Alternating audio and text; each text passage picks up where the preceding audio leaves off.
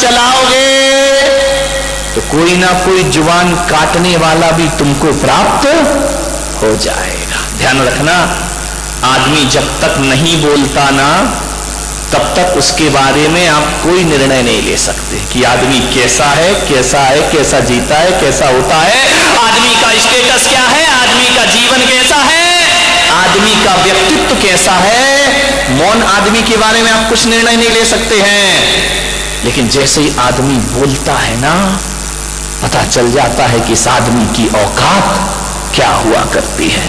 ध्यान रखना, वो आदमी कैसा है इसका अंदाजा तब लगता है जब वो गुस्से में भर के बोला करता है। ध्यान रखिए, वाणी से हमारे संस्कार पता चल जाते हैं, बोलने से हमारे भीतर के चरित्र का पता चलता है। वाणी संस्कारों का दर्पण हुआ करता है। ध्यान रखिए, जिसमें आदमी के व्यक्तित्व को देखा जा सकता है। बहुत अच्छे, बड़ी प्रभावी ढंग से वाणी बोलिए। एक रानी थी, उसे खाने का बड़ा शौक था, इतना शौक, इतना शौक, इतना शौक कि महल का भी खा जाए और कोई बाहर से बुलाए तो उसके घर भी खाने चली जाए। एक बार राजा रानी दोनों बैठे थे। राजा ने कहा कि महारानी, जीवन में वाणी का बड़ा महत्व हुआ करता है। रानी ने कहा, वाणी यानी कुछ नहीं, जीवन में तो जीवन वाणी का बहुत महत्व हुआ करता है। बोले क्या मतलब है? बोले खाने का बहुत मतलब हुआ करता है। राजा ने कहा, देखो रानी, खाना महत्वपूर्ण नहीं, वाणी महत्वपूर्ण हुआ करती है। रानी ने कहा, मैं ये बकवास नहीं मानती हूँ, खाने से अच्छा तो दुनिया में कुछ नहीं हुआ करता है। खाना यदि अच्छा मिल जाए तो जिंदगी का आनंद बरस जाता है। राजा ने कहा, वाणी की कीमत है। रानी ने कहा, नहीं, खाने की कीमत है। दोनों में विवाद बढ़ गया। मंत्री वहीं खड़ा था। मंत्री ने कहा, महाराज, आप राजा, ये रानी, दोनों के बीच में बोलना उचित नहीं है। राजा ने कहा, मंत्री जी बताओ, भोजन का ज्यादा महत्व है या वाणी का ज्यादा महत्व है? मंत्री ने कहा, महाराज, ये फैसला तो रानी ही करेगी, मैं क्या बोल सकता हूं। बोले नहीं नहीं, बताइए, वाणी कीमती होती है या भोजन कीमती होता है? मंत्री ने कहा, 24 घंटे की मोहलत दे दो, कल महारानी का भोजन मेरे महल में होगा। रानी ने कहा, भोजन होगा? बोले हाँ। अरे रानी ने कहा, मंत्री जी ढंग से बनाना, तुम्हारे यहाँ पहली बार तुम्हें जीवन करने आ रही हो, पहली बार तो भोजन करने आ रही हो, जरा अच्छा भोजन। अरे बोले महारानी, ऐसा भोजन बनेगा, ऐसा भोजन बनेगा कि बड़े बड़े राजाओं के यहाँ भी ऐसा भोजन। रानी ने कहा, मैं आऊंगी, पक्का आऊंगी। भोजन सुन के तो रानी खोने तैयार हो जाती थी। मंत्री ने बुलाया, 56 भोग बनाए, रसगुल्ला, गुलाब जामुन, चमचम, जलेबी, पानी पूरी। कौन बोला हमारे मुंह में पानी आ रहा? भागा, अभी खा लेना घर जाके, शांति रखो। हर तरह का आइटम बनाया, इंडियन भोजन बना, चाइनीज बना, अमेरिकन बना। अरे रानी ने कहा, इतना सारा? बोले मजा आ गया, इतनी मिठाइयां, इतना भोजन, इतना बना के रखे आइटम। रानी ने कहा, वाह मंत्री, तुमने तो गजब कर दिया, क्या खुशबू आ रही है तुम्हारी भोजनशाला में, क्या आनंद, मन गदगद हो रहा है। मंत्री ने कहा, महारानी भोजन करो, आज करिए, स्वीकार करिए। रानी ने कहा, बिल्कुल। हाथ धोए रानी ने और खाना शुरू हुआ। अरे ये मिठाई है, मजा आ गया मंत्री जी, क्या मिठाई बनाई है, ये नमकीन खाओ महारानी। नमकीन खाया, बोले मजा आ गया। तुम्हारे यहाँ क्या बोलते हैं? नमकीन, फरसान, है ना? फरसान, उससे तो परेशान है सब, ध्यान रखिए। बोले लो महारानी खाइए, खाते गई, खाते गई, खाते गई। ऐसा भोजन उंगलियां चाट चाट के खा गई पूरी रानी।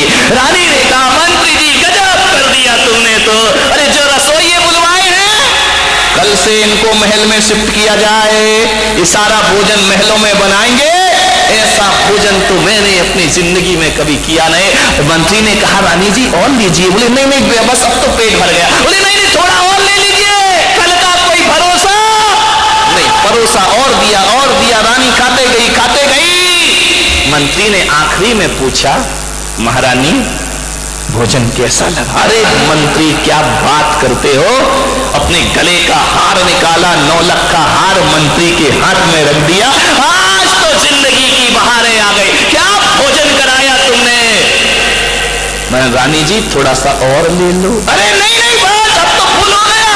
अरे रानी और ले लो, इतना सा भोजन तो बड़ा स्वादिष्ट है यार तेरा, लेकिन मैं करूं क्या, मेरा पेट बहुत छोटा है। अरे बोले रानी जी एक तो और ले लीजिए।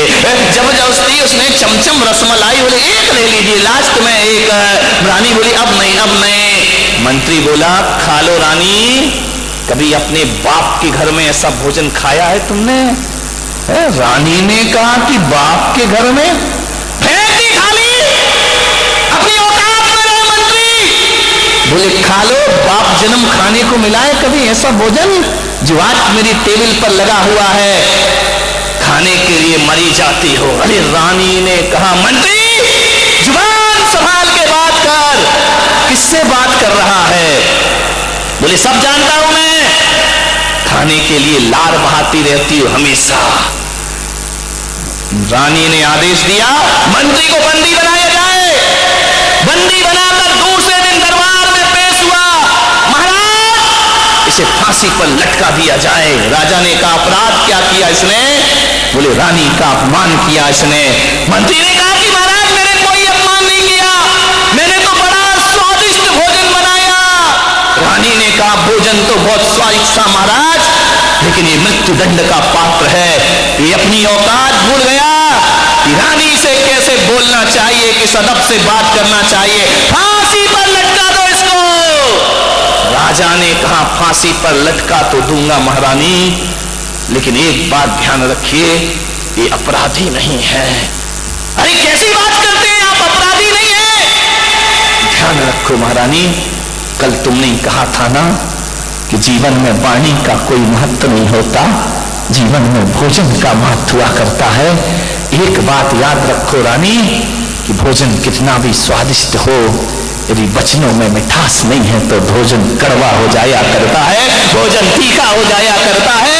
उस भोजन का कोई स्वाद रानी साहिबा, वो स्वाद मिर्च मसालों में नहीं, स्वाद तो मीठी वाणी में हुआ करता है। और एक बात याद रखो बारामती वालों, अपने घर में रूखी सूखी चटनी रोटी हो, यदि सम्मान और मिठास के साथ किसी को खिला दी तो 56 भोग से कम स्वादिष्ट नहीं हुआ करता है।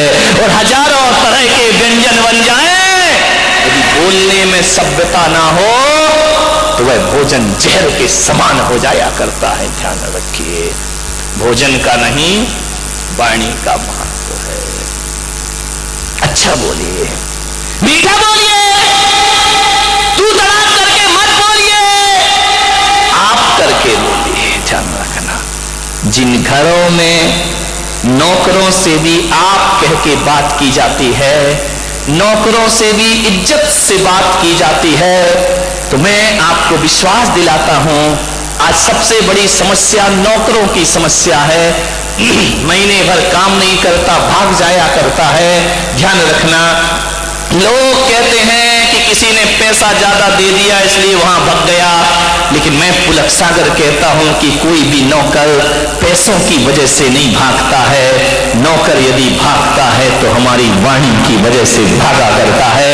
एक बात याद रखना, नौकर को 2000 रुपए कम दे देना, लेकिन वाणी में मिठास रखना, वो नौकर जिंदगी भर तुम्हें छोड़ करके जाने वाला नहीं है। छोटे लोगों से भी मीठा बोलो, ऐसा बोलो अरे डांटो तो मिठास हो, फटकारो तो मिठास हो। मिठास खत्म हो रही है। मान्यवर, आज बारामती में ज्ञान गंगा महोत्सव का आज का दिन, मैं आपसे निवेदन करता हूं, मिठाई तो हर साल मीठी बनती है, मिठाई तो हर साल मीठी बनती है।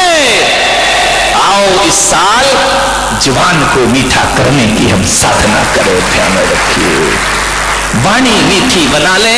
मिठाइयां भी फेल हो जाती हैं जहां जाकर के। वाणी में मिठास, जरूरी नहीं है कि मीठा खिलाकर ही किसी का मुंह मीठा किया जाए, जरूरी नहीं है कि मीठा खिलाकर ही किसी का मुंह मीठा किया जाए। अरे मीठा मीठा बोलकर भी किसी का मुंह मीठा किया जा सकता है। और एक बात ध्यान रखना बारामती वालों, मीठा खिलाने से तो सामने वाले का मुंह मीठा होता है, लेकिन मीठा बोलने से तो अपना भी मुंह मीठा होता है और सामने वाले का भी मुंह मीठा हो जाता है। वाणी की मिठाई बनाओ, मावे की मिठाई से कुछ नहीं होगा, बेसन के लड्डुओं से कुछ नहीं होगा, मोतीचूर के लड्डुओं से कुछ नहीं होगा। मिठाई बनाना है तो वाणी। महिलाओं से निवेदन है, चाय में चीनी डालना भूल जाओ चलेगा। हिंदी समझ? चीनी यानी साकर, दूध, कोई चाय में, अच्छा चाय नहीं बोलते यहाँ चाह बोलते हैं। हाँ समझ जाया कर, ऐसी बात है तुमको डायरेक्ट समझ में आती है। चाय में चीनी डालना भूल जाओ कोई बात नहीं है, लेकिन मैं पुलक सागर कहता हूं कि चाय में चीनी डालना भूल जाओ, लेकिन जुबान में चीनी डालना मत भूलिए, वाणी में चीनी डालना मत भूलिए। एक बात याद रखना, बिना चीनी की चाय शुगर पेशेंट के काम आ जाएगी। ध्यान रखना, डायबिटीज जिनको है वो बिना चीनी की चाय पी लेगा, लेकिन एक बात याद रखना, बिना चीनी की चाय डायबिटीज के पेशेंट के काम आ जाएगी, लेकिन बिना चीनी की वाणी शुगर पेशेंट के भी काम नहीं आया करती है। ध्यान रखिए।